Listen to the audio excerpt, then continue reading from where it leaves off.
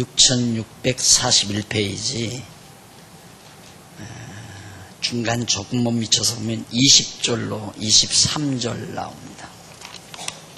본문은 8장 20절, 스가랴 8장 20절.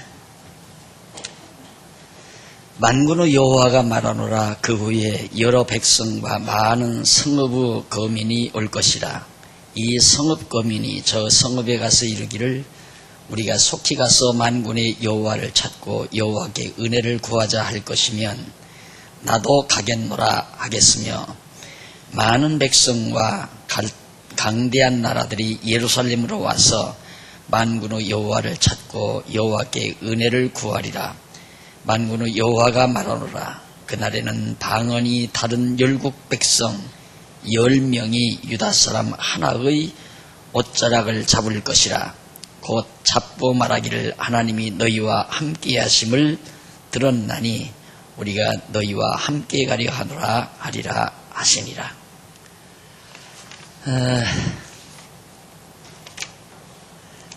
지금 우리가 살피는 대목이 훈계에 의한 회복 예언이죠. 32페이지. 그 전 31페이지에 보면 6631페이지에 보면 말씀으로 여호와의 전이 회복될 것을 예언하는데, 그 말씀 가운데 훈계에 의해서, 훈계하는 것에 의해서 예루살렘이 회복될 것을 예언하는 대목이 7장과 8장이라고 말씀을 드렸습니다. 그 가운데 우리가 지금 8장을 살피는 중인데요.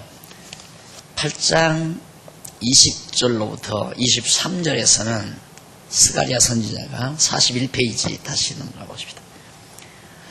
20절로 23절 스가랴 선지자가 예루살렘이 회복되면 많은 백성과 강대한 나라들이 돌아올 것을 예언하는 그런 내용입니다.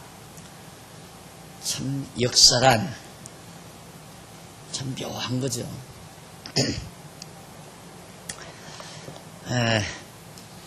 또 미국 얘기를 한마디, 이런 대목이 나오니까 한마디 하겠는데, 미국과 일본은 영원히 변할 수 없는 짝퉁 나라라고 할까요? 짝꿍 나라라고 할까요? 가장 가깝고 가장 정말 절친하다고 할까요? 또 미국은 그만큼 일본에 대해서 혜택도 주고 또 뿐만 아니라 볼모도 잡고 있고, 미국이 군사 행동하도록 하면 미국 군대들을 자기 방어만 하는 게 아니라 군대들을 세울 수 있는 그런 입장이고, 그래서 일본 총리가 서질 때마다 가서 미국 가서 정말 가까운 친분을 과시하고 그랬는데, 세월이 참 하수상하죠. 이번 총리는 미국을 등지고 당신 우리말 안 들으면 중국으로 한 발자국 더 가겠다. 인간 세상은 강한 세력 앞으로 모이게 되어 있습니다. 그런데 그 강한 세력은 자꾸 강한 세력 앞으로 모이니까 좋은 것 같지만, 도리어 모여든 그들이 언젠가는 배반하게 되고 역시 그들에 의해서 멸망을 당하는, 그것이 인간사, 인간 역사에서 누누이 나타나고요. 제가 어느 분들에게 그런 말씀도 했습니다마는, 여로보암이 솔로몬의 신복부합니다. 정말 솔로몬 살아생전에 너무너무 애끼고 또 솔로몬에게 충성자였습니다. 그런데 솔로몬이 죽고 나니까 바로 솔로몬 왕국, 다윗 왕국을 배반하고 나가서 왕국을 다시 세우는, 인간을 의지하면 결국 언젠가는 그런 배신감에 운다라는 생각을 가지게 되죠. 이게 지금 이스라엘도 그렇습니다. 예루살렘이 정말 산산이 망했잖아요. 예루살렘이 성이 다 무너져 버리고, 성터가, 그리고 모든 집들이 다 불타버리고 폐허가 되고, 완전히 들짐승이 우글거리고 잡초가 우거지고 정말 쓸모없는 골짜기가 된 거죠. 예루살렘 현지답사 했지만은 별로 크지 않는 골짜기더라고요. 그죠? 우리나라에서는 흔히 볼 수 있는 그런 나지막한 언덕으로 이렇게 골짜기를 이룬 골짜기인데, 그걸 보면서도 야, 이런 별 볼 일 없는 자그마한 골짜기의 도성 하나가 결국은 세계의 이목을 끌고 있고, 또 이 처소를 초점으로 해서 하나님께서 역사를 주관해 가시고 섭리해 가셨다는 생각을 해보니까 참 놀랍기도 하고요. 이 당시에도 그렇습니다. 다 폐허된 예루살렘을 하나님께서 이제 회복을 시켜요. 이방인들은 다 놀라는 거죠. 어떻게 저렇게 산산이 망가져버린 도성이 저렇게 당당하게 화려하게 웅장하게 다시 회복될 수 있나. 과연 저들이 섬기는 여호와가 살아계시구나. 에스겔 선지자가 늘 말했듯이 내가 여호와임을 알리라. 다시 회복해 주면 너희들이 나를 여호와인 줄 알리라. 에스겔 선지자가 자주 그런 얘기를 했죠.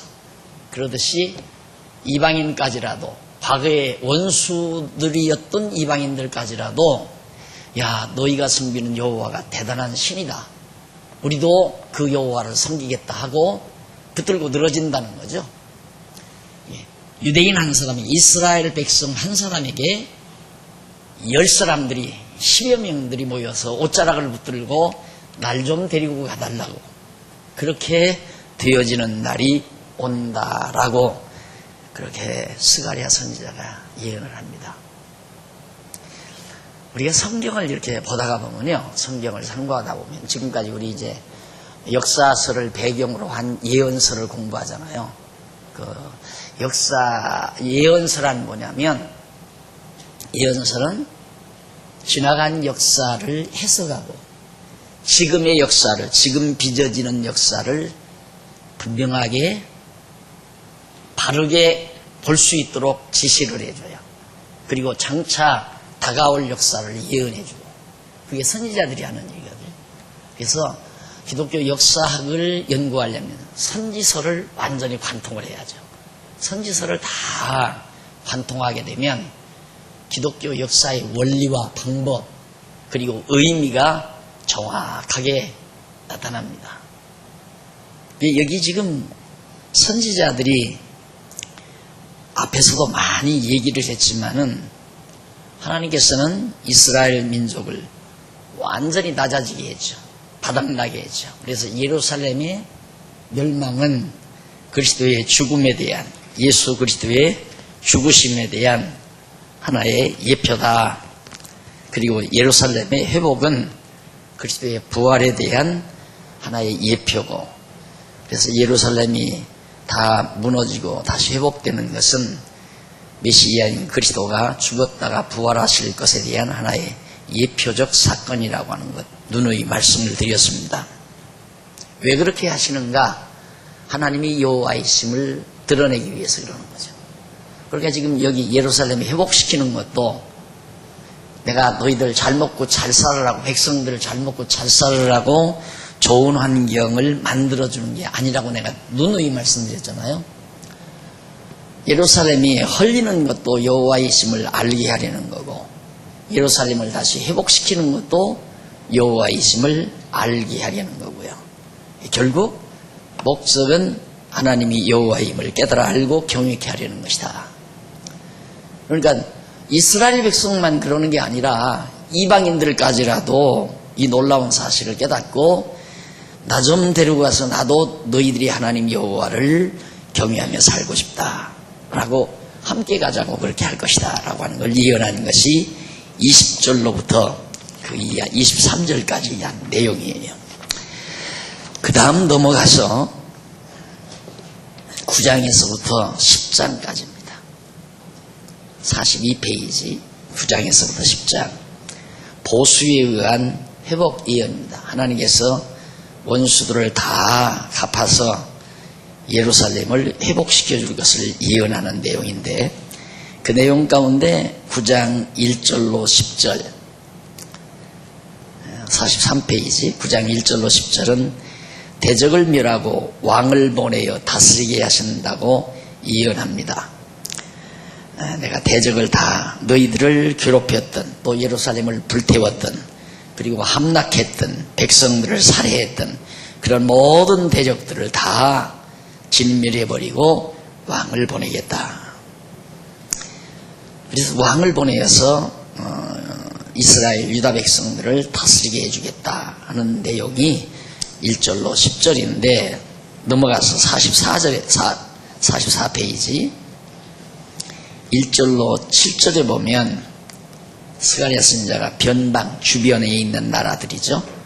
주변에 있는 나라들과 블레셋에 여호와의 진노가 임하고 남은 자가 돌아올 것을 예언합니다. 그러니까 변방에 있는, 주변에 있는 나라들, 모압이나 암몬이나 에돔, 그리고 블레셋, 그 나라에 여호와의 진노가 임한 다음 살아남아 있는 자들이 예루살렘으로 돌아온다, 그런 얘기거든요. 그리고는 이제 8절로 10절, 이쪽 45페이지 중간 보세요. 8절로 10절에 보면 예루살렘을 보호하려고 왕을 보내어 전쟁 없이 다스리게 하실 것을 예언하는 내용이죠. 한번 8절 읽어보십시다. 내가 내 집을 둘러 진을 쳐서 적군을 막아 거기 왕래하지 못하게 할 것이라. 포악한 자가 다시는 그 지경으로 지나지 못하리니 이는 내가 눈으로 친히 봄이니라. 왜? 하나님께서 회복된 예루살렘, 이스라엘 백성이죠.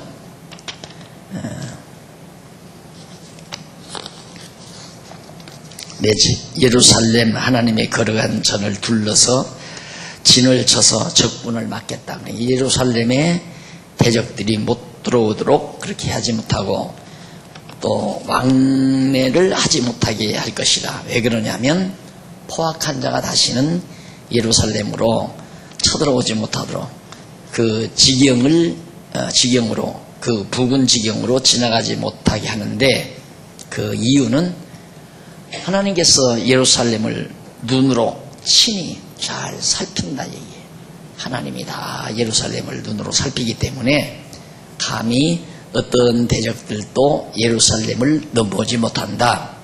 9절 시온을 따라 예루살렘에 대한 애칭이라고 그랬죠.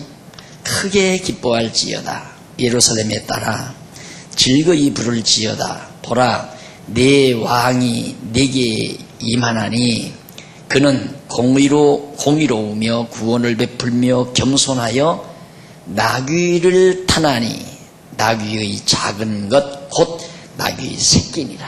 자, 여기 이제 오실 메시아에 대한 약속을 하죠. 그러니까 내가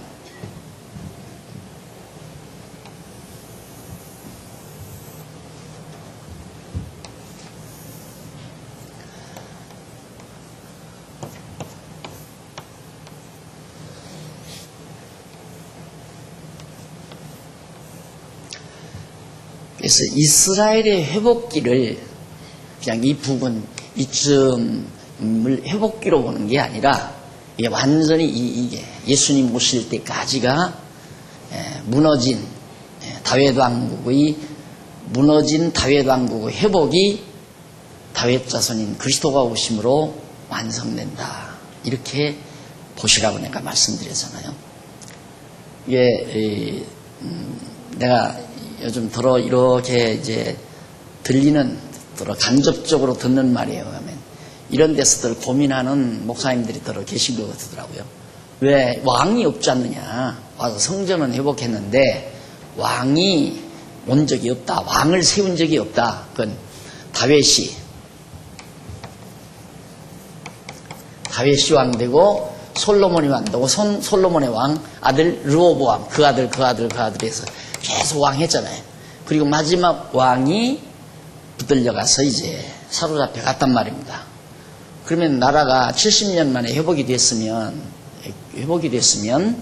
왕을 세워야 되는데 왕 세웠다는 말은 없어요.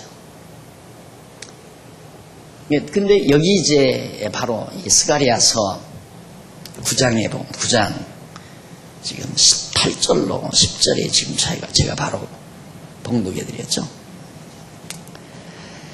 거기 보면 9절에 시온을 따라 크게 기뻐할지다. 왜? 예루살렘을 따라 즐거워이 부를지다. 그 이유는 보라 네 왕이 네게 임하나니. 예루살렘으로 왕이 이제 임한다. 그런데 그걸 뭘로 알 수 있는가? 왕이라는 사실, 왕이라는 표적이 뭔가? 저분이 왕인가 저분이 왕인가? 헤롯도 그 당시에 왕 아니었어요. 보기에는 헤롯 왕. 또 그 이스라엘 나라가 셋으로 이렇게 구분이 돼서 분봉왕들이 있었거든요. 왕이 있었어요. 근데 그게 왕이 아니다는 얘기죠. 진짜 왕은 예루살렘으로 왕이 임하는데 나귀를 타고 임하는데 나귀 중에도 새끼를 타고 임한다. 새끼를 타고 온다. 그래서 예수님이 나귀 새끼를 타고 예루살렘으로 입성하신 겁니다. 그래서 호산나 만세를 무리들이 부르고요. 아, 왕이 오셨다, 왕이 오셨다. 이렇게 분명하게 예수님이 당신이 만왕의 왕이신 그리스도이심을 나귀가 아닌 나귀 새끼를 타고 나귀 어미하고 새끼하고 같이 있었는데 제자를 보내면서 하는 얘기가 가서 새끼를 끌고 오라고 그랬어요. 이 끌고 오면 주인이 뭐라고 하거들랑 주가 쓰시겠다고 그렇게 말하면 된다. 생각해 보십시오. 그 나귀라는 게 거기 교통수단이고 운반수단인데 지금 나귀가 새끼를 낳아서 그놈 크면은 또 우리나라로 말하면 추럭이 한 대 늘어나는 거 아니에요. 그걸 난데없이 끌어가는데 가만 놔둘 사람이 없어요. 당장 경찰에 신고해서 도둑으로 몰죠. 그런데 예수님이 가서 끌고 오라 이거예요. 남의 걸 알지도 못하는 사람의 걸. 가서 뭐라고 하거들랑 주가 쓰시겠다고 그래 그 얘기만 하면 된다. 그렇게 진짜 어미도 아니고 새끼를 끌고 왔단 말이죠. 참 그런 게 다 놀라운 거예요. 그러니까 예수가 그리스도라는 사실을 알 수 있는 표의 흔적이 뭐냐? 그게 표적이거든요. 표시가 되는 흔적. 자, 예를 들면 난 모르는 사람끼리 이제 만나게끔 미팅을 시켜줬습니다. 그럼 소개자가 그분이 서울역 몇 번 출구에 무슨 색깔의 잠바를 입고 서 있을 겁니다. 키는 그저 중간쯤 되고 머리는 긴 머리를 했으니까 그런 잠바를 입고 여자 잠바를 입고 무슨 색깔을 입고 서 있으면 그분인 줄 알아요. 그게 표적이죠. 그러니까 예수가 그리스도라는 표적이 뭐냐? 나귀 새끼를 타고 예루살렘으로 입성하면 바로 왕으로 이제 회복된 왕으로 이 예수 그리스도가 오심으로 이스라엘 다윗 왕국은 완전히 회복이 된 거예요. 그러니까 바벨론에서 돌아와서 우선 성전 짓고 그 다음 여기저기 성읍들도 건설하고 삽니다. 그런데 여전히 이때 로마가 지배를 하죠. 로마가 지배를 해가지고 세금 걷어내는 하나의 하수인들을 왕이라는 명칭 붙여줘가지고 이제 세금 걷어가지고 다 상납하도록 만들고 왕이라는 주제들은 왕도 아니죠. 왕이라는 주제들은 바로 세금 걷어서 세리들하고 같이 나눠 먹는 거예요. 세리들이 가서 막 포탈을 합니다. 권세 가지고 가서 세금 걷는데 안 낼 사람이 어디 있어요. 그래서 세리가 그 당시에 가장 잔악한 인간으로 알려지죠. 우리가 어디 세리 있으면 사람들이 전부 세리 손가락질하고 다 그런 사람들이었거든요. 그 사람들이 돈 걷어다가 이제 헤롯에게 주면 헤롯이 이제 로마에 상납하고 황제에게 상납하고 나머지 가지고 이제 세리들하고 이렇게 나눠 먹는 거죠. 완전히 불량배들이에요. 헤롯 당원이라는 게. 그런 인간들이 예수 나신 것을 죽이려고 했잖아요. 왜? 왕이 나섰다 그러니까. 동방의 박사들이 이제 성탄절 옵니다만은 동방의 박사들이 갑자기 동방 박사만 모압이나 암몬쯤 거기가 동방 아니에요? 이스라엘로 말하면 그쪽에서 살던 그쪽의 박사들이 이상한 별 하나가 이제 이쪽 서쪽에 나타나니까 아, 저 나라에 왕이 났구나. 왕에게 경배하러 가자고 가서 너희 여기에 왕이 어디서 나셨느냐 하니까 막 모른다 이 말이에요. 그래서 이제 그 별이 있는 곳을 찾아간다고 해서 헤롯에게 그 소식을 알리고 가니까 헤롯이 고비를 한 거죠. 그래서 2살 아래 애들을 다 죽여버렸잖아요. 아기 예수를 죽이려고. 그것이 이 시대에 있었던 일이란 말입니다. 근데 그 예수님은 놀랍게도 애굽으로 피난 갔다가 돌아와서 죽지 않고 살았어요. 살아가지고 3년 동안 사생활 하다가 30년 동안 33세까지 예수가 그리스도이심을 알릴 자에게는 알리고 숨길 자들에게는 숨기면서 하다가 마지막 예루살렘에 이제 타고 올라갈 걸 스가랴가, 그러니까 스가랴가 이 시대 아니에요. 이 시대 요 성전 회복 시대니까 이 시대에 스가랴가 예언한 것이 앞으로 한 400여 년 이후에 예수 그리스도가 오실 것을 지금 예언한 거란 말입니다. 이게 이제 9절에 나오는 얘기인데, 네 왕이 내게 임하나니 그 공의로우며 구원을 베풀며 겸손하여 나귀를 타나니 나귀의 작은 것 큰 것이 아니라 곧 나귀 새끼니라. 나귀 새끼 타고는 창피해서도 못 살 거 아니에요. 그런데 예수님은 나귀 새끼를 갖다가 탔습니다. 10절 내가 에브라임의 병거와 예루살렘의 말을 끊겠고, 에브라임 전쟁하지 못하도록 전쟁하는 활도 끊으리니 그가 이방 사람에게 화평을 전할 것이요. 이방인들에게 예수 그리스도의 복음이 전파되잖아요. 그러니까 예수님 당시 때에도 예루살렘은 막바지에 갔어요. 예루살렘에 올라가신 것은. 나귀 새끼 타고 예루살렘에 올라가서야 급기야 성전에서 장사하는 사람 다 때려 물고 거기서 이제 결국은 좀 지나시다가 붙잡혀서 바로 십자가 형박에 죽으신 거죠. 그 전에는 이방인들이 살고 있는 갈릴리 지역, 그 갈릴리 호숫가 부근에 뭐 이런 지역에서 주로, 그리고 두로와 시돈 지역, 저 서쪽 지중해 연안 그런 지역으로 이렇게 다니시면서 주로 예수님이 활동을 하고 전파를 한 겁니다. 이방인들에게 많이 드러내셨죠. 지금도 이제 예수 그리스도의 복음이 이방인들에게 전해도 유대인들에게는 지금도 감춰져 있잖아요. 그래서 이방 사람에게 화평을 전할 것이요 천국 복음을 전한다. 그의 정권은 바다에서 바다까지 이르고 유브라데 강에서 땅 끝까지 이르리라. 온 세상을 땅 끝까지 뒤덮을 것을. 그러니까 예수님께서 가시기 전에 땅 끝까지 내 증인이 되리라. 화평의 복음을 증거할 내 증인이 너희들이 될 것이다 라고 예언하고 가시죠. 스가랴 선지자의 예언 중에 바로 이 9장 8절로 10절 아주 메시아 예언에 대한 아주 노골적인 메시아 예언에 대한 내용이 잘 나타나 있습니다.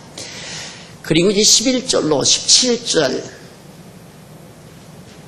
46페이지 9장 11절로 17절을 보면 예루살렘 거민이 승리하여 풍요를 누리며 산다고 예언을 합니다. 예루살렘 사람들이 이제 아주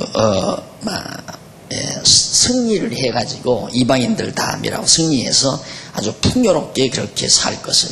근데 진짜 성전 짓고 그 이후 그 정말 훌륭한 지도자 시대를 만나가지고 아주 백성들이 풍요롭게 사는 그런 아름다운 시대를 그들이 겪기도 했습니다. 거기 보면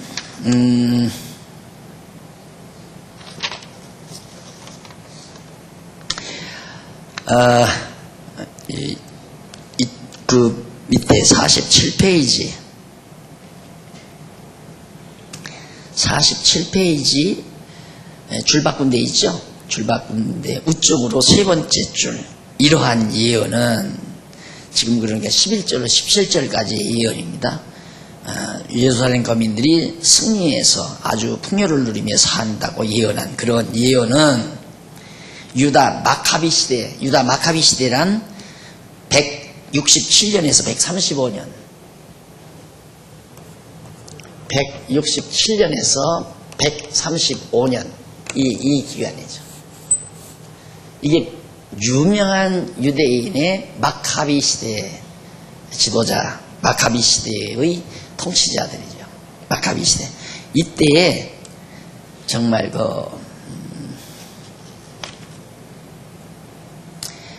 헬라를 치고 독립국가를 세운 역사적 사실에 의해서 이루어진 것으로 보는 주석가들의 기원에 나도 동의를 합니다. 맞다고. 예, 일반적인 모든 주석가들이 이건 뭐 그렇게 볼 수밖에 없죠.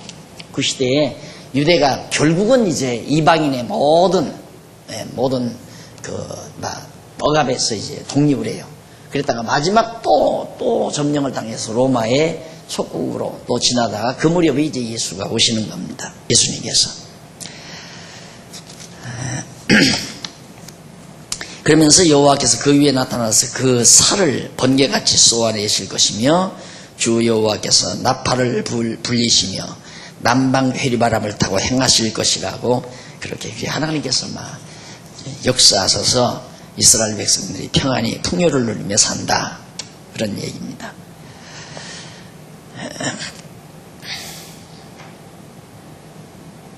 그 다음에 이제 10장 넘어갑니다. 10장 1절로 12절 1절로 12절 보면 목자를 치고 유다 족속을 견고하게 회복해 주실 것을 예언합니다.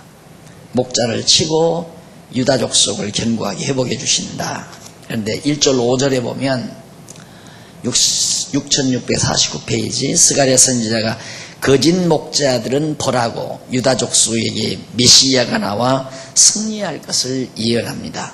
유다 족속에 정말 못된 거짓 목자들, 그 중에 거짓 목자라는 게 이 시대에 소위 왕이라고 하는 이들도 다 거짓 목자죠.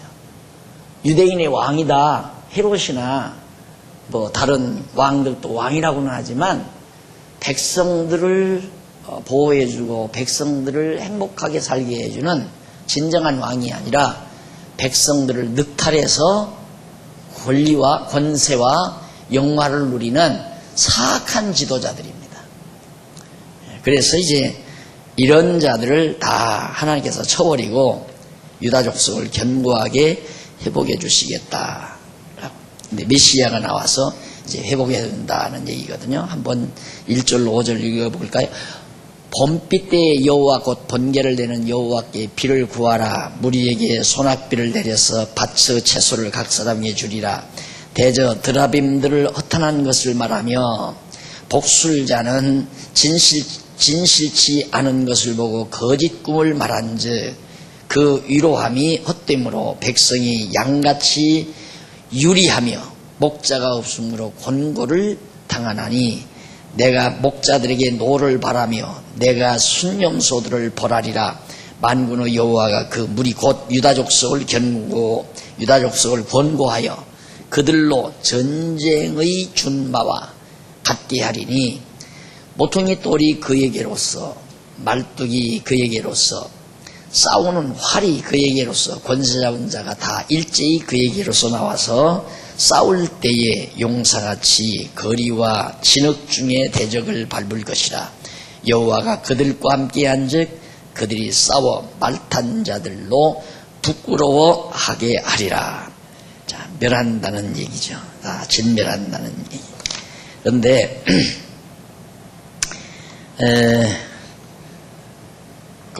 역시 이것도 50페이지 보세요. 6650페이지 밑에 줄 바꾼 데 나오죠. 6절로 12절 그 위에 쪽으로 다섯째 줄 앞부분 찾으셨어요? 6절로 12절 그 위로 다섯째 줄 앞부분. 이러한 예언 역시 유다 마카비 가문의 통치자들이 일어나 대적을 멸하고 독립국가를 세운 역사적 사실에 의해서 실제로 다 이루어진 겁니다. 물론 그 이루어진 것은 성경에 없죠. 이 시대에 독립국가, 이게 독립시대거든요. 독립시대.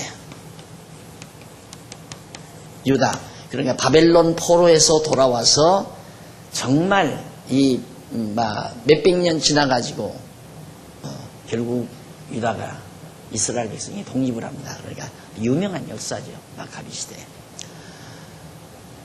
그래서 이것은 여러분들이 그냥 내리속에 기억하는데, 이게 이제 일반 역사, 소위 이걸 가리켜서 중간사라고 그래요. 중간사. 신학적으로 중간사. 그래서 신학부 커리큘럼에 바로 이 중간사 과목이 반드시 들어갑니다.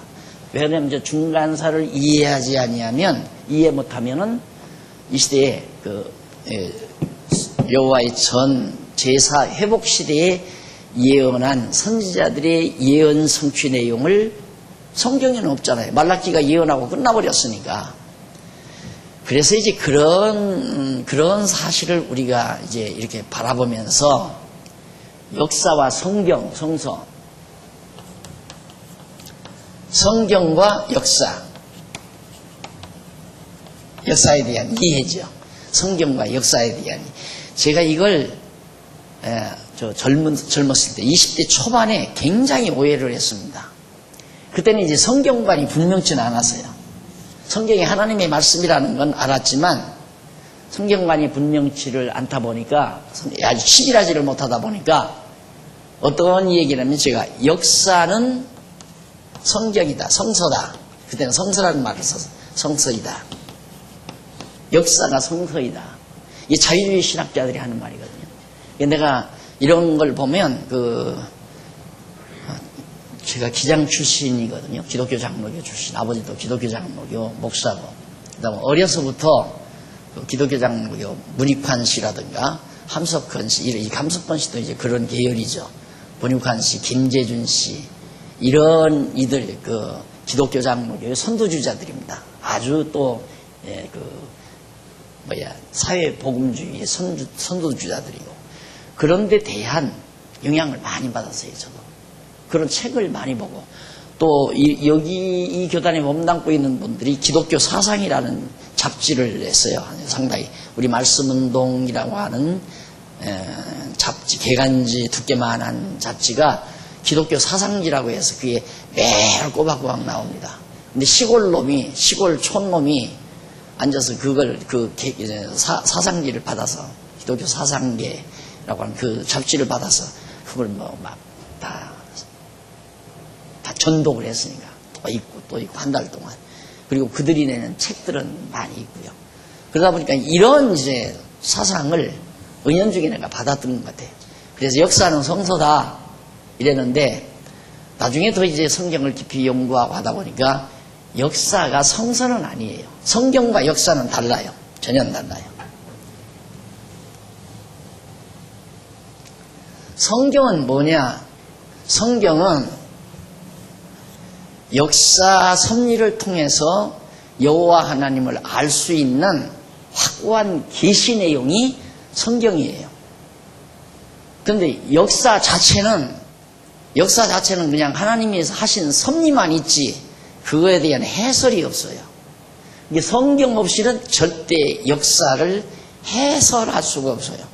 그러니까 실제로 역사가들이 머리가 허옇고 정말 나이가 다 되어질 때까지 연구실에서 공부를 하고 역사 현장을 방문하고 역사 유적지 탐방을 하고 별짓을 다 해도 역사란 무엇인가라고 하는 해답을 내린 자가 아무도 없죠. 아무도 없어요. 역사에 대해서 설명할 자가 아무도 없다 이 말입니다. 우리들이 아는 건 국어사전적으로 역사란 뭐냐? 인류가 살아온 과거 내용들을 기록해 놓은 것, 이렇게 얘기하는 정도는 역사란 무엇인가 답이 안 되는 거죠.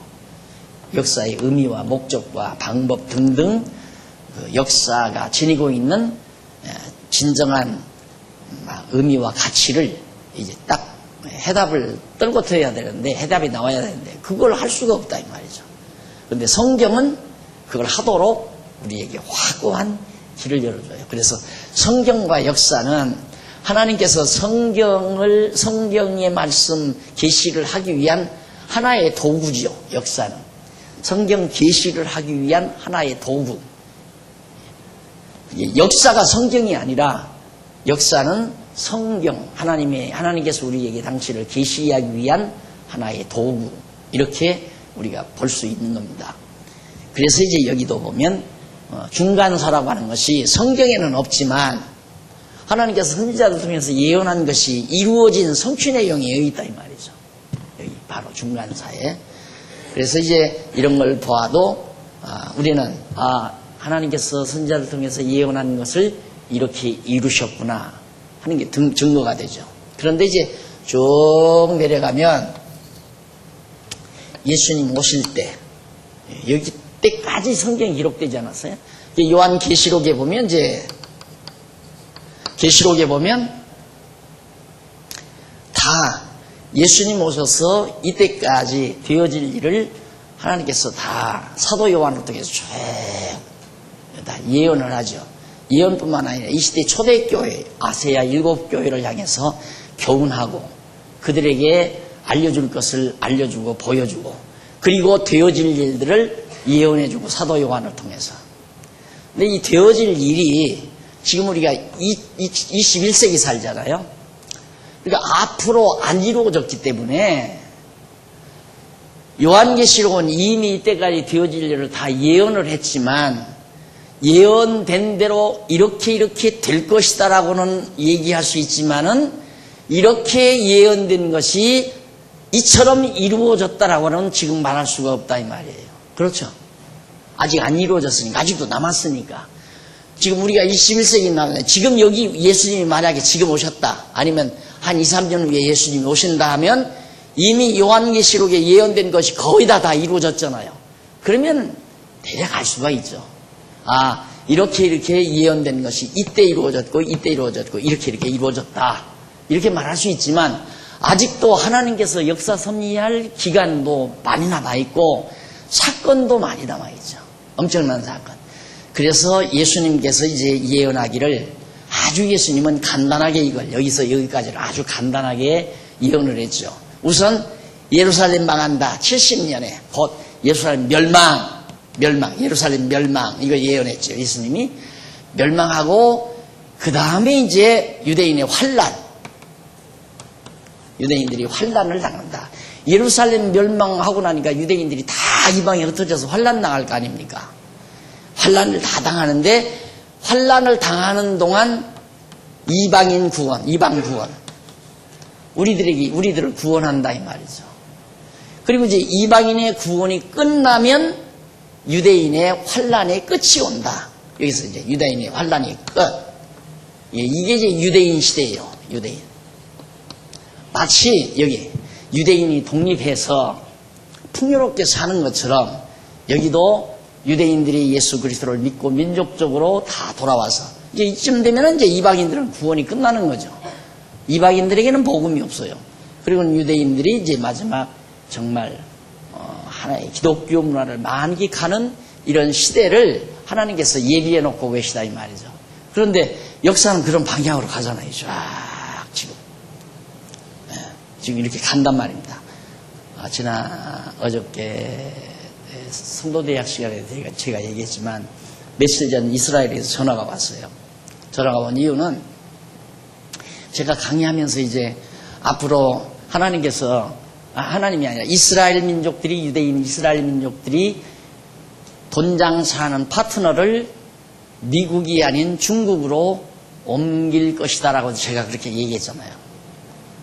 그러니까 그런 강의를 이제 이스라엘에서 듣고는 거기에서 되어지는 일을 나한테 알려주고 싶어서 그래서 뭐가 했더니만 이스라엘에서 중국어를 배운대. 중국어를. 갑자기 중국어를 배우니까 어렵잖아요. 그러니까 왜 이 어려운 말을 배우라고 그러냐. 영어 알면 되지. 그러니까 배워보면 안다고 하면서 가르친대요. 그러면서 지금 막 이스라엘의 중국 물품이 중국 상품이 막 엄청나게 들어온답니다. 내가 돈 장사를 해도 중국을 상대해야지 미국 상대하겠습니까? 이게 하나님께서 섭리하는 거예요. 왜? 이제 중국으로 가서 내가 늘 그러잖아요. 이방인 구원하려면 중국, 인도 한 27, 8만 돼요. 27, 8억. 그러니까 세계 인구의 거의 반수란 말이에요. 중국과 인도만 하더라도. 그리고 동남아 인구 하면 3분의 2가 남아있는 지금 복음을 들어야 할 이방인들이 구원을 얻어야 할 대상이 세계 인구의 3분의 2가 남은 거예요. 이 엄청난 일거리를 지금 하나님은 남겨놓은 거죠. 그게 누구의 일거리인가? 오늘 우리들의 일거리라고 나는 확신하는 거예요. 그게 우리들의 일거리다. 근데 이게 참 재미난 게 뭐냐면 이게 바다 건너가는 길로 우리가 산다면, 예를 들어 내가 호주에 산다, 안 그러면 카나다에 산다, 미국에 산다 한다면 항상 비행기를 타고 왔다 갔다 해야 돼요. 그러죠? 비행기를 타고. 그런데 우리 한반도 땅이 딱 아세아 극동지방에 딱 붙어가지고 일본도 아니야. 일본에 살아도 육로로는 안 다니잖아요. 그래서 내가 그 전에 지나가는 말로라도 뭐 해주면 좋고 해줄 여건이 안 되니까 지금은 이제 기대를 꺾었다기보다도 지나가는 말로라도 나 리무진 한 대 사주면 은퇴하려한다고 그러고 얘기한 이유가, 버스가 서울에서 출발하면 신호주 거쳐서 중국으로 들어가면 이 아시아권 중동 인도까지 못 갈 데가 하나도 없습니다. 소련까지 얼마든지. 그런 좋은 환경 속에 하나님께서 우리를 딱 자리 잡게 했다. 그리고 여기에 이제 모종판을 만든 거죠. 여기 복음의 핵심을 여기 간직하게 만들어 놓고 하나님께서 이끌어주는데, 이방인의 구원 시대가 아직도 멀었어요. 이게 이루어져 가는데 어떤 역사가 어떻게 빚어질지는 아무도 몰라요. 이것이 이루어진 것을 보아야 사도 요한이 이렇게 된다고 예언한 것은 바로 이런 역사였다. 왜? 이것은 이미 이루어진 거니까, 역사적으로 다 된 거 아니에요. 중간사 다 이미 다 지나간 거란 말입니다. 그러니까 보면 스가랴 선지자가 예언된 대로 됐구나. 안 그러면 하박국 선지자가 예언된 대로 이루어져, 바로 여기에서 이루어졌구나. 스가랴 선지자가 예언한 것이 167년에서 135년 사이에 바로 마카비 지도자들이 마카비 가문이 바로 독립시대를 열어간 이 시대에 이루어졌구나.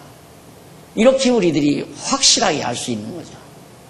그럼 이때도 그렇게 확실하게 다 얘기를 해야 되는 거 아니에요. 얘기 안 해도 돼요. 상관없어요. 분명하게 알 수 있는 것은 뭐 이미 지나가는 것 가운데도 분명하게 알 수가 있죠. 그러나 너무도 많은 역사 과정이 남았기 때문에 요한계시록을 이렇게 사도 요한이 예언한 것이 이렇게 이루어졌다고 말하는 것은 굉장히 위험한 겁니다. 그래서 이제 과거에 10월 26일 날, 지난 몇 년 전에 10월 26일 날 예수님 공중재림한다, 전부 다 거짓말쟁이 됐잖아요. 지금까지 말세론 다뤄가지고 거짓말쟁이 안 된 사람이 없습니다. 요한계시록 함부로 다루면 안 돼요. 그러니까 또 요한계시록에 대해서 함부로 강의를 들어도 안 되고, 할 수 있는 게 아니에요. 아직 안 이루어졌는데 하나님께서 역사 섭리할 과정에 큰 것들이 남아있잖아요. 자, 예루살렘 멸망 이루어졌어요. 이건 뭐 분명하게 이루어진 거죠. 마태복음 24장에서 이게. 그리고 환란 시대 지금 지속되는 거예요. 계속해서 지속돼요. 이 환란이 언제 끝느냐면 이방인의 구원 시대가 이 환란 시대에 이방인 구원을, 유대인들은 환란을 주고 우리 이방인들에게는 복음이 증거되도록 땅끝까지 증거되도록 섭리하는 거란 말입니다. 그렇게 증거될 곳이 면적으로도 굉장히 넓은 지역 안에 아직도 땅끝까지 전파되어질 것이 인구 숫자로도 3분의 2 가까이 되고, 그러니까 지금 섭리되어질 역사 과정이 엄청 많이 남아있는 상태에서 요한계시록을 이렇게 예언한 건 이렇게 이루어지고 이렇게 예언한 건 이렇게 이루어졌다 말하는 것은 실수할 가능성을 거의 7, 80% 이상 가지고 있는 거다. 그러니까 그렇게 함부로 말하면 안 되는 거예요. 그래서 다만 요한계시록의 기본 원리, 그 원리만을, 이게 바로 이게 원리 아니에요. 유대인 멸망, 그리고 환란, 예루살렘 멸망, 환란, 이방인 구원, 그리고 땅끝까지 복음이 증거돼서 이방인의 구원에 숫자가 차면 유대인의 구원 시대가 온다. 유대인의 구원 시대가 끝나면 예수님 재림한다. 이게 큰 틀이에요. 하나님의 섭리의 큰 틀. 이것만 알고 살면 되는 거예요. 그러면 우리 지금 이방인 구원 시대에 살고 있구나. 이거 알면 되는 거죠. 지금 하나님께서, 예수님께서 말씀한 대로 다 됐잖아요. 다. 그런데 이 환란 시대에 지금 접어들어서 유대인 구원 시대를 이루기 위해서 지금 모아왔잖아요. 지금 유대인들이 모여서 지금 나라를 이루었다 이 말입니다. 나라를 이루었는데 인구가 1600만 밖에 안 된답니다. 이 유대인의 인구가 저렇게 자그마한 인구를 가지고 있는 유대인들이, 이스라엘이 세계의 정세를 좌우하잖아요. 정세만 좌우하는 게 아니에요. 경제계를 좌우하고 또 문화, 경제, 교육, 모든 금융 이런 모든 분야에 전부 다 유대인들이 세계의 모든 것을 좌지우지하는, 판도가 유대인들이 방향을 어디로 가느냐, 아메리카 미국으로 돌리느냐 중국으로 돌리느냐, 이것이 아시아로 돌리느냐, 이것이 이제 중국으로 돌리면 자연히 인도로도 가죠. 그럼 자기네 나라 국가 가까이 돌아오는 거 아닙니까? 그래서 세계 판도가 달라지는 거예요. 이게 유대인들이 그렇게 하는 게 아니라 하나님께서 이 시대를 이루어 가기 위한 지금 예열 작업이에요. 예열 작업. 아직도 유대인들은 1600만 중에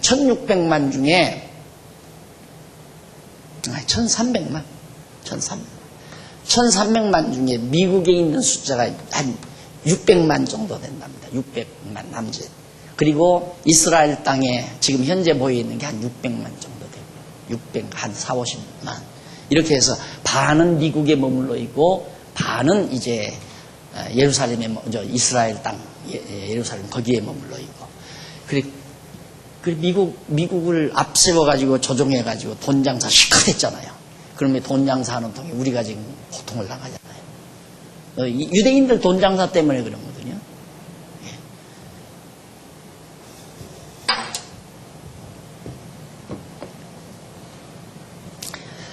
자, 그래서 그 스가랴서에서 스가랴 선지서에서 아주 우리가 물론 다 주시를 해야지만 노골적으로 메시아에 대한 예언이 거기에 소개된 거고요. 아주 예루살렘 거민이 승리해서 풍요를 누리게 될 것이 바로 이루어지고, 또 유다 목자를 치고 유다 족속을 견고하게 해서 회복해 주실 것, 이것이 바로 마카비 시대의 유대인 독립시대, 독립국가를 세운 것으로 이루어졌다. 여기까지 우리가 지금 공부한 겁니다. 그 다음 이제 심판에 의한 회복 예언이 52페이지에 우리가 보면 심판에 의해서 회복해 주겠다는 것이 11장과 12장에 나타납니다. 11장과 12장. 그 가운데서 11장은 멸망의 선원 및 목자들과 한 목자에 대한 심판을 예언합니다. 멸망을 선언해요. 그리고 목자들도 심판하고 한 목자에 대해서 심판, 목자들과 또 특별히 한 목자에 대해서 심판할 걸 예언하는데, 우선 1절로 6절에 보면 54페이지 1절로 6절에 보면 영화롭게 회복될 이스라엘이 그 목자들의 부패로 인해 심판받을 것을 예언합니다.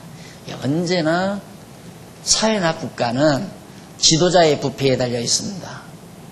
그래서 제가 사석에서나 얘기할 기회가 있으면 늘 얘기하지만은, 우리가 지금 행정개혁을 하려고 하잖아요. 체제개혁을 하려고 하는 건데, 이 개혁이 성공하느냐 성공하지 못하느냐에는 세 가지 중요한 요소가 있습니다. 세 가지 중요한 요소가 있는데, 그것은 뭐냐면 우선 지도자의 개혁 의지입니다. 지도자가 정말 개혁 의지가 있나 없나. 그리고 두 번째는 개혁 방향이에요. 어떤 방향으로 개혁을 해갈 건가. 이 개혁 방향이 확고부동해야죠. 그것이 확고하지 못하게 되면 그것도 또 실패합니다.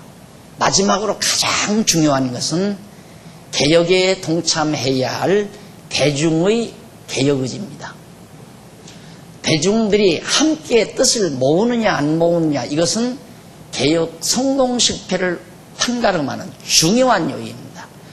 아무리 지도자가 개혁 의지가 강하고 개혁 방향이 정당하며 아무리 좋다 할지라도 대중들이 깨닫지 못하고 개혁하려는 의지가 하나로 뭉쳐지지 아니하면 그건 백발백중 실패로 돌아갑니다. 그 개혁은. 그래서 이 세 가지가 반드시 조건이 갖춰져야 되죠. 그래서 제 나름대로는, 물론 제 개혁 의지는 청년 시대부터 붙여온 거니까 여전한 거 하고 지금도 마찬가지고, 그리고 개혁 방향도 뭐 확실하죠. 어떻게 개혁을 해야 한다는 그 방향도 확실한데 문제는 우리 성도들의 개혁 의지입니다. 성도들이 정말 개혁을 해야 한다는 개혁 의지가 분명하고 확고한가 이제 그건데 그거에 대해서는 제가 한 30년 넘게 정말 초지일관 성경만을 가리키고 정말 올바른 기독교의 모습을 분명히 제시해드리고 오늘의 부패된 곁길로 나아간 기독교의 모습도 분명하게 비판도 해드렸고 그래서 공부를 제대로 한 분이라면 뭐 개혁에 함께 동참할 수 있죠. 근데 제가 제일 무서운 것은 제일 무섭다기보다도 제일 염려스러운 것은 공부 안 하신 분들 공부를 안 한 분들이 그 전통적인 기독교의 그 제도가 있잖아요. 흘러내려오는 제도. 교회 가면 당연히 목사가 당회장이고 목사가 상권을 쥐고 다 관장을 하고 노회라는 제도가 있어서 노회의 지도를 받아야 되고 그 후에는 총회라는 체제가 있어서 총회가 완전히 전 장로교의 모든 교회를 다 관장한다. 이것이 교회다. 그리고 교회가 목사는 가장 훌륭한 분이고 가장 훌륭한 지도자이고 목사가 제일 높고 장로가 그 다음이고 권사 집사가 그 다음이고 서리 집사가 그 다음이고 세례교인이 제일 정말 낮은 자들이다. 이런 고정관념이 있잖아요. 우리 성도들에게 일반적으로 그게 단 줄 알고 있으면 안 됩니다. 개혁은 그렇게 되면 도리어 개혁하려는 내가 이단이 되는 거예요. 내가 잘못이고. 그렇게 되면 안 따라오면 결국에는 실패하는 거지. 도리어 내가 내쫓김을 당하는 거고. 그래서 지도자라고 하는 것이 그만큼 중요하다. 제가 이 교회를 설립해서 정말 성경대로 가르치지 않았다면 지금 감히 500년 내려온 장로교 전통적인 체제를 완전히 뒤엎으려고 하는 이런 시도를 감히 할 수 있겠느냐 이거죠. 못하는 거죠. 나도 역시 그 제도권 안에 있으면 안주할 수 있고요. 얼마나 좋아요. 그냥 있으면 목사님 제일 훌륭한 하나님의 종이고 그냥 목사님 말이라면 절대 복종하고 따르고 목사님 다 추앙하고 받들어주고 제일 높으신 분이니까 얼마나 좋아요. 그 체제가 나로서는 참 좋은 거죠. 내게로서는. 근데 그게 아니니까. 그건 아니니까. 그래서 이제 이걸 내 입장에서 내가 칼자루를 놓으면서 개혁을 해야 이게 개혁이 되지 내가 내 권한 다 거머쥐고서 개혁하자면 누가 개혁하겠어요? 개혁되지도 않고 개혁할 것도 없고 그래서 이제 문제는 한번 총회를 하는데 어느 원로 총회장이 전직 총회장이 너무너무 총회를 다 좌지우지하는 거예요. 총회장 지냈는데도 총회를 자기 마음대로 다 뭐 특별위원회 위원장 해가지고 자기가 맡아가지고 총회장 위에 군림하는 거예요. 이게 총회장이 뭔 일을 하려고 임원회가 하려고 해도 그분의 허락을 받아야 되는. 그러니까 목사님들이 그게 아니라는 거 자꾸 내세울 거 아니에요. 그래서 막 나와서 성토를 하고 발언을 하면서 이제 목사님 놓으십시오. 칼자루 놓으십시오. 그러니까 이 양반이 나와서 대답하기를 나도 칼자루를 10번이나 놓고 싶어도 칼을 맡길 사람이 없다. 이러더라고요. 그러니까 목사님들이 다 웃고 말더라고요. 칼을 맡길 사람이 없다. 그렇죠. 자기 딴하는 자기가 생각할 때는 내가 이 칼자루를 누구에게 맡기고 싶고 놓고 싶어도 칼자루 잘못 줬다가 나한테 칼들이 대고 대들면 어떻게 해요? 그게 두려워서 못 놓는 거죠. 쉽게 말하면. 그래서 여러분 지금 우리 교회 굉장히 비상한 상태에 아주 비장한 시기에 지금 접해 있는 겁니다. 금년 한 해가 우리 이번 공동회를 통해서 한국교회가 이렇게 다 부패하고 타락한 것도 지도자들이에요. 목사들 때문에 그런 겁니다. 그러니까 어제도 어느 목사님 오셔서 얘기가 세계 선교, 이 선교도 제대로 한국교회가 선교를 제대로 하려면 선교사들이 다 없어져야 된다. 그런 이론이 나옵니다. 한국교회도 제대로 되려면 목사들이 다 없어져야 된다. 그러니까 그게 너무 과격하게 표현한 얘기지만 얼마나 교회 지도자들이 부패했는가를 단적으로 말해주는 얘기죠. 지도자가 문제입니다. 나라도 그렇죠. 나라 부패상. 오늘 또 그런 얘기입니다. 우리나라 통계적으로 공무원이 제일 행정공무원이 최고로 부패했고 국회의원들을 비롯해서 그 다음에 교육공무원이래요. 하여튼 공무원이 제일로 부패했다고. 그게 아예 정설로 나와 있잖아요. 이 지도자들이 문제거든요. 이스라엘, 예루살렘도 이 지도자들이 너무너무 부패했기 때문에 결국 하나님께서 목자들의 부패로 인해서 심판을 받는다. 6절까지 내용이고 7절로 14절 이쪽에 보십시다. 55페이지. 스가랴전 선지자가 자필 양떼의 지도자들을 제거하고 은총과 연락막대기를 꺾었다고 증언합니다.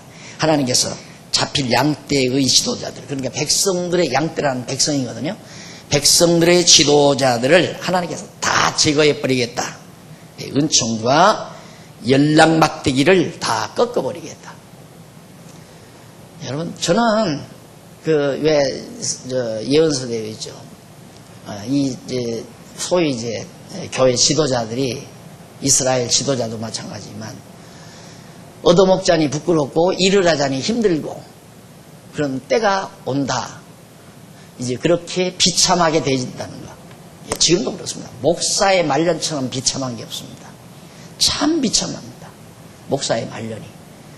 목사가 이제 어떻게 해서 큰 교회 해가지고 시부한 사람은 그런 대로 말년 지내지만 그건 교회에 몇십 명 데리고 목회하다가 그냥 나와버리면 정말 아무것도 할 줄 몰라요. 목사라는 체면 때문에 어디 가서 아르바이트 할 수도 없는 거고. 그 체면만 없으면 모자 눌러 쓰고 가서 주유소에 가서 기름이라도 넣어주고 안 그러면 신문이라도 배달하고 우유라도 배달하지만 평생 몇십 년 동안 내가 목사다 하고 넥타이만 메고 살았던 양반이 기름 넣으러 가요? 부끄러워는 못 가는 거예요. 그래서 내가 후배한테 그랬어요. 지금 늦다. 목회로 성공하려거든 소신껏 해라. 당신 소신껏 해라. 좌우 분별하지 말고 체면 따지지 말고 그 말은 수단방법 가리지 말고 당신 살 길 찾으라 그 말이에요. 나이가 50이 넘어가지고 아직도 자리를 못 잡고 있으면 뻔한 거 아니죠? 아닙니까?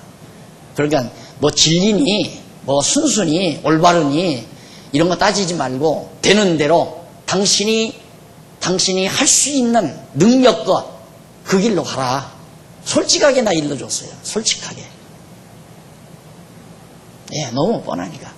우리 말씀운동 교회 안 됩니다. 내가 단언하지 안 돼요. 절대 안 됩니다. 왜 그러냐면 안 되는 이유가 있어요. 이게 사람이 뒤집어지는 일이거든요. 가치관이 바뀌는 일이란 말입니다. 사람이. 그러면 그 사람이 살면서 돈이 제일이고 잘 먹고 잘 사는 게 제일이라고 다 보편적으로 머릿속에 꽉 쪄들려 있는데 그게 아니고 하나님을 알고 경외하는 것이 최고다. 그걸 깨닫고 확신하게 만들어야 이게 교인이 되는데 그게 하루아침에 돼요? 1, 2년 사이에 돼? 안 된다 이 말이에요.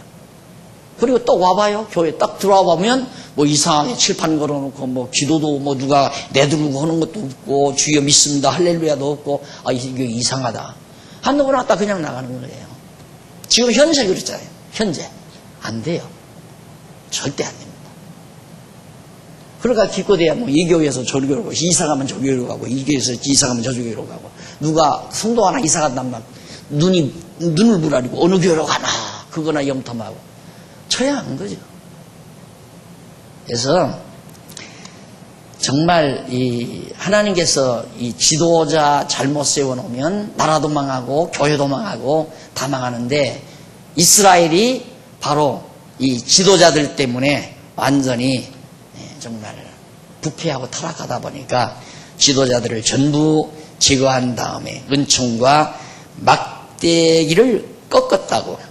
은총과 연락막대기를 내가 꺾어버렸다 라고 예언하는 내용을 우리가 지금 살펴본 겁니다. 거기 한번 보는데 이쪽에 이제 제일 밑에 보세요. 제일 밑에서 55페이지 밑에서 두 번째 줄 당일에 곧 패함에 내게 청종하던 가련한 양들은 이것이 여호와의 말씀이었던 줄 안지라 그 증언했어요. 그런데 여기 당일은 히브리 원문으로 바욤 하우라는 말인데 이는 그날에 당일 그날이라는 뜻으로서 여호와께서 안티오코스 4세에 의해 유대 백성을 심판하시는 날 요 어간에 이 어간에 제일 어디에 여기죠. 여기 이 역사 중간사 가운데 가장 악랄한 지도자가 있습니다.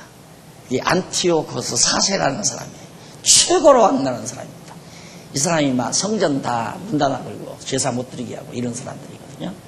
그게 나타나서 그런 악독한 사람으로 이미 나타나서 이스라엘 지도자들을 다 제거시켜 버리겠다. 하나님이 그런 사람 들어서 쓰시는 거 아니에요. 그리고 넘어가서 5절로부터 17절 하나 살피고 끝내십시다. 거기는 여호와께서 일으킨 한 목자의 우매한 행동과 그가 받을 형벌에 대해서 예언하는 그런 내용입니다. 그런데 거기 보면 보라 내가 그 세 번째 줄 15절로 17절 그 아래로 두 번째 줄입니다. 두 번째 줄 끝에 보면 보라 내가 한 목자를 이 땅에 일으키리니 그가 없어진 자를 마음에 두지 아니하며 흩어진 자를 찾지 아니하며 상한 자를 고치지 아니하며 강간한 자를 먹이지 아니하고 오히려 살찐 자의 고기를 먹으며 또 그 굽을 찢으리라 라고 나오죠. 그런데 거기 이제 히브리 원문에 보면 16절 초두에 키라는 이유접속사가 나와요. 그래서 16절은 15절의 내용의 이유로 그렇게 이해가 됩니다. 따라서 본문은 이렇게 이해하면 돼요. 여호와께서 이 땅에 일으킨 목자는 양들을 돌아보지 아니하고 오히려 해롭게 할 것이므로 그 우매한 목자의 기구들을 가져다 놓으라고 명하신 말씀으로 그렇게 가져다 놓으라 그렇게 이해가 되는 말씀입니다. 그래서 그 우매한 목자는 여호와께서 일으킨 한 목자인데 이스라엘 백성을 괴롭힐 패역한 지도자를 가리키는 말이죠. 따라서 본문은 여호와께서 일으킨 패역한 지도자가 백성을 돌아보지 아니하고 자기 사용만을 추구할 것이므로 그 우매한 지도자의 임무를 박탈하는 뜻으로 스가랴 선지자에게 명하신 말씀을 예언한 겁니다. 그러면서 화 있을 진저 양떼를 버린 못된 목자여 칼이 그 팔에 우편 눈에 이 말이니 그 팔이 아주 마르고 그 우편 눈이 아주 어두우리라. 정말 이스라엘 지도자들의 형편없는 결과를 예언한 내용이 바로 9장 17절까지 소개되었습니다. 다음번에 우리 12장 1절로 14절 승리의 날에 백성이 찌른 자를 보고 애통할 것을 예언하는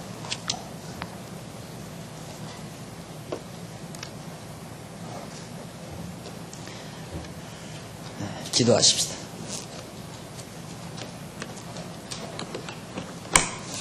하나님 아버지, 오늘도 저희들을 다시 불러주셔서 선지자 스가랴의 예언의 말씀을 상고하면서 하나님의 선지자를 통하여 예언케 하신 말씀들이 중간사 역사 과정에서 이루어진 사실을 확인하면서 역사를 주관하시고 섭리하심으로 하나님이 여호와이심을 알게 하시는 놀라운 하나님의 뜻을 다시 한번 확인하고 발견했습니다.